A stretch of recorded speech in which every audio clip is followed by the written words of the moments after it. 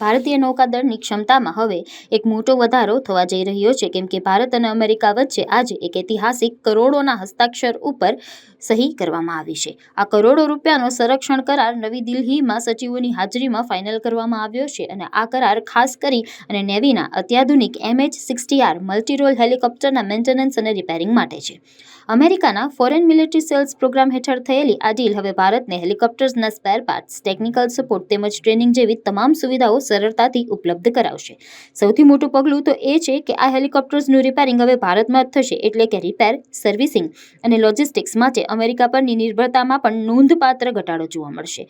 નિષ્ણાંતોના મત અનુસાર આ ડીલ ભારતની આત્મનિર્ભરતા તરફનું એક મહત્વપૂર્ણ પગલું છે. MH-60R હેલિકોપ્ટર્સ સબમરીન વિરોધી યુદ્ધમાં અત્યંત શક્તિશાળી ગણાય છે. આથી આ કરારથી ભારતીય નૌકાદળની ઓપરેશનલ તૈયારીઓ, પ્રતિભાવ ક્ષમતા અને ગ્લોબલ મેરીટાઈમ સિક્યોરિટીમાં પણ નોંધપાત્ર વધારો થશે. ભારત અને અમેરિકાની આ મેગા ડિફેન્સ ડીલ રણનીતિની દ્રષ્ટિએ ભારતની ભાગીદારીને વધુ મજબૂત બનાવશે અને આવનારા સમયમાં નૌકાદળની યુદ્ધ ક્ષમતાને પણ નવા સ્તરે પહોંચાડશે.